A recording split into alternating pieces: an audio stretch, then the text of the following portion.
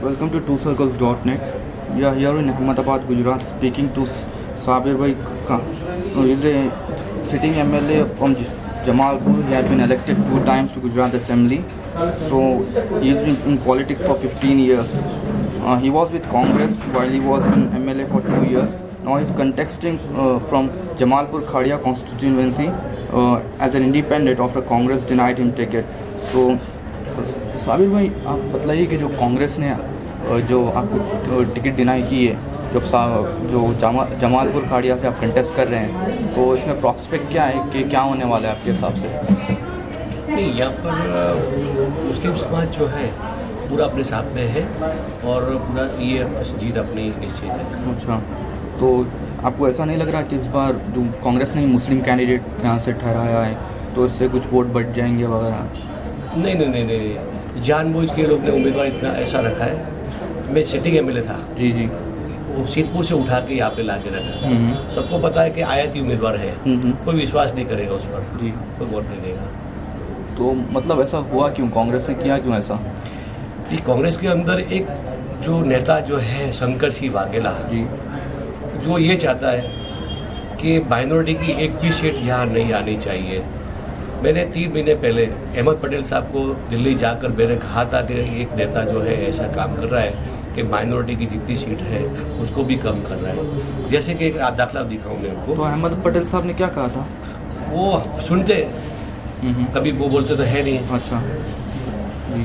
तो मैंने उस टाइम कहा था कि एक दाखला मैं आपको दिखा दूँ कि सीतपुर के अंदर बलवंत सिंह राजपूत जो है शंकर सिंह वाघेला का समझी होता है जी, और वहाँ से लड़ रहा था वजीर खान पठान। अच्छा। और वो मुस्लिम की सीट है, वहाँ पर 50% वोट अपने मुस्लिम के वोट होते हैं। उसने क्या करा, उसको ये कहा कि एक काम कर, तू जमालपुर चले जा, मैं तुझे जमालपुर की सीट देता हूँ।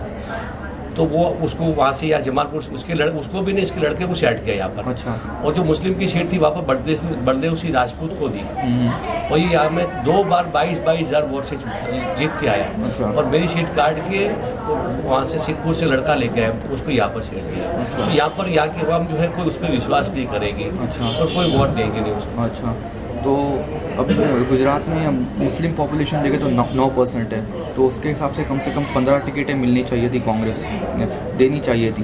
तो बस कांग्रेस ने 7 ही टिकटें दी हैं। वो आपको क्यों लगता है? और भाजपा ने और जो परिवर्तन पार्टी, वो लोग ने तो एक भी टिकट नहीं दी। तो आपको क्यों लगता है ऐसा क्यों हो रहा है? नहीं, ऐसा है कि जो मुस्लिम नेता जितने भी है वो सब एक दूसरे के पीछे गुलामी करते हैं। अच्छा। मुस्लिम की कोई आवाज़ उठाता नहीं है। मैं जब मुस्लिम की आवाज़ उठाता हूँ तो मैं आज ये शिकार बना, मुझे काट दिया गया। अच्छा। आज जो वजीर खान पठान जो है, जो लड़का मेरे सामने रखा गया है, वो वजीर खान पठान जो है माइनॉरिटी का चेयरमैन 10 साल तक रह चुका, 10 साल माइनॉरिटी का। अच्छा। लेकिन उसने माइनॉरिटी के लिए क्या किया? उसने साल में 1 बार इलेक्शन आता है विधानसभा, उस टाइम माइनॉरिटी को जमा करता है। गई 5 साल में 1 बार जमा किया, अभी 5 साल में 1 बार जमा किया। उसने वही काम किया। माइनॉरिटी, उसका फर्ज ये होना चाहिए कि ज़्यादा से ज़्यादा माइनॉरिटी की सीट बढ़े। और ये लोग धीमे धीमे शॉर्ट कर रहे हैं। एक टाइम था 18 सीट आती थी माइनॉरिटी की, आज यहाँ पर धीमे धीमे देखो 7, ये 5 हो गई। अच्छा। अब देखना इंशाल्लाह ये 7 में से मैं तो बोलता हूँ 7 को अल्लाह ताला जीता है, अपनी सीटें बढ़े, मैं तो ये चाहता हूँ। तो आपके हिसाब से 7 सीटें आ सकेंगी? मतलब जो मुकाबला हो रहा है कि यहाँ पर जो दरियापुर की भी सीट है, वहाँ भी 2 मुसलमान लड़ रहे हैं, कांग्रेस के बांध थे, तो ऐसे में आपको नहीं लगता कि वोट बढ़कर हार जाएंगे? ये सब साजिश शंकर सिंह वाघेला की है जी। ये सब इजी सीट थी, सिर्फ 7 सीट आने वाली थी।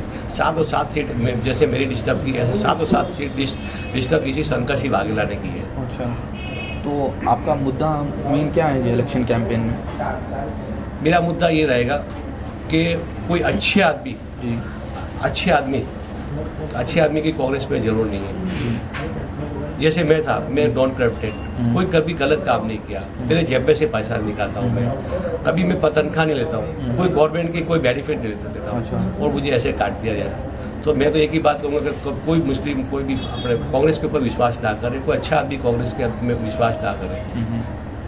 तो अब 2002 में भी आप MLA रह चुके हैं, तो 2002 में जो बहुत बुरे दंगे हुए थे यहाँ अहमदाबाद में भी हुए थे, तो उसके बाद अब आपकी कॉन्स्टिट्यूंसी में भी 61% मुस्लिम से 40% हिंदू से, तो अब मामला कैसा देखने में आता है? अभी भी वो भाईचारा बना हुआ है हिंदू मुसलमानों में? नहीं भाईचारा है। जी। आज 2002 के दंगों के बाद मुझे यहाँ पर मेरे पहले 2002 में उस्मान भाई देवड़ीवाला जो एमएलए थे, उनका 6 महीने के बाद इंतकाल हो गया।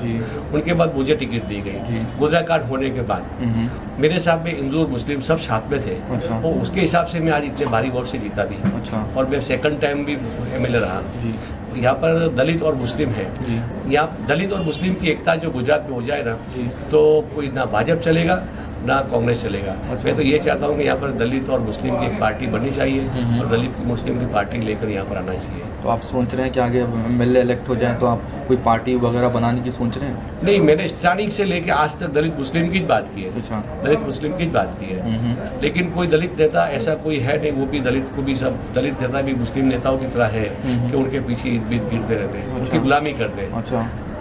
तो जो यहाँ पर ऑल इंडिया पे जितना भी ज़्यादा हो रहा है कि प्रोपेगेंडा की तरह के मुसलमान गुजरात में बहुत डेवलप हो रहे हैं कि दूसरे स्टेट से कंपेयर करें हम, तो यहाँ पर यहाँ की जो 9% मुस्लिम आबादी है वो काफ़ी ज़्यादा डेवलप कर रही है नरेंद्र मोदी के पीरियड में। तो आप क्या कहना चाहेंगे उस पर?